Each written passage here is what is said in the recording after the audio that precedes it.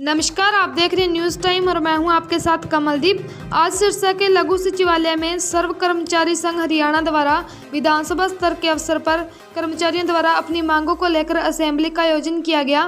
कर्मचारियों की हरियाणा सरकार से मांग है कि कर्मचारियों और आम नागरिकों के मूलभूत अधिकारों को जैसे स्वास्थ्य, शिक्षा, रोजगार, बस, बिजली, पानी आदि को दुरुस्त करके लोगों को दिया जाए। पिछले लंबे समय से कर्मचारी अपनी मांगों को लेकर संघर्ष कर रहे हैं। सर्व कर्मचारी संघ हरियाणा ये भी मांग करता है कि तमाम कच्चे कर्मचारियों को पक्का किया जाए, समान काम समान वेतन दिया जाए, पुरानी पेंशन बहाल हो, विभागों में खाली पड़े पदों को नियमित भर्ती करके भरा जाए, राज्य में 18,000 सरकारी बसें चलाई जाए और इसी के अनुसार महीने में 80,000 स्टाफ की भर्ती की जाए। गांव से शहर आने जाने वाले छात्रों को निःशुल्क बस सेवा चलाई जाए, पढ़ने वाले छात्रों के लिए सस्ते पास बनाए जाए, इत्यादि मांगों को लागू किया जाए। ये सस्ती सुरक्षा सुरक्षित और सहजता से उपलब्ध सार्वजनिक परिवहन चलन से बाहर हो जाएगी। तो दूसरी ओर बड़े ट्रांसपोर्ट ऑपरेटर न्यूनतापूर्वक लूट मचाने में सफल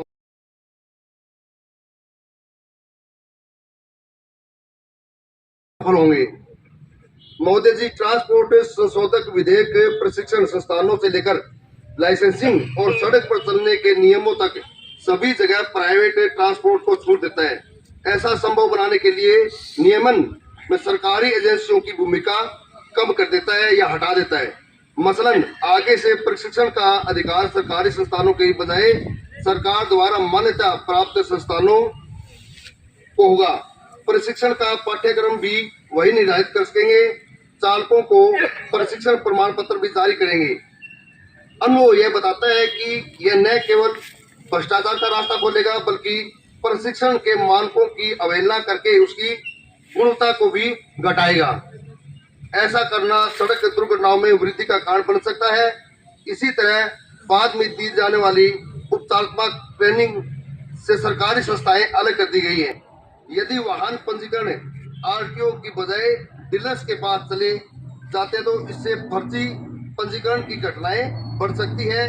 कानून में आरटीओ और परिवहन विभाग के नियंत्रण के ढीला होने से चालान की प्रक्रिया में भी भ्रष्टाचार बढ़ेगा।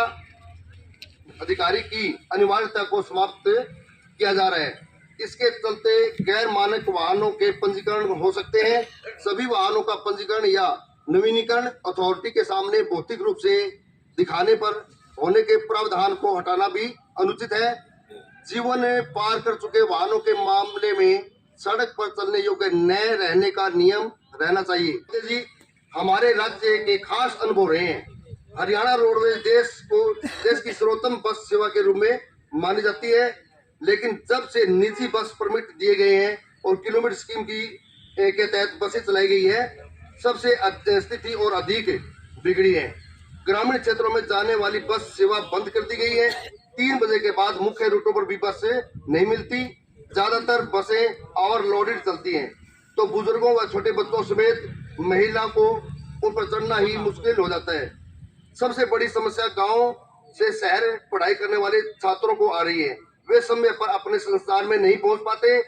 प्रत्यक्ष रूप से देखने में आया है कि किसी इलाके में एक व्यक्ति पढ़ने वाली लड़कियों के लिए अपने स्तर पर बस सुविधा उपलब्ध करवा देता है तो लोग उसे विधायक चुन लेते हैं। रोड ट्रांसपोर्ट कानून में जनपक्षीय संशोधन किए जाए। नंबर 2, राज्य में 18,000 सरकारी बसें चलाई जाए और इसी के अनुसार नए 80,000 नियमित स्टाफ की भर्ती की जाए।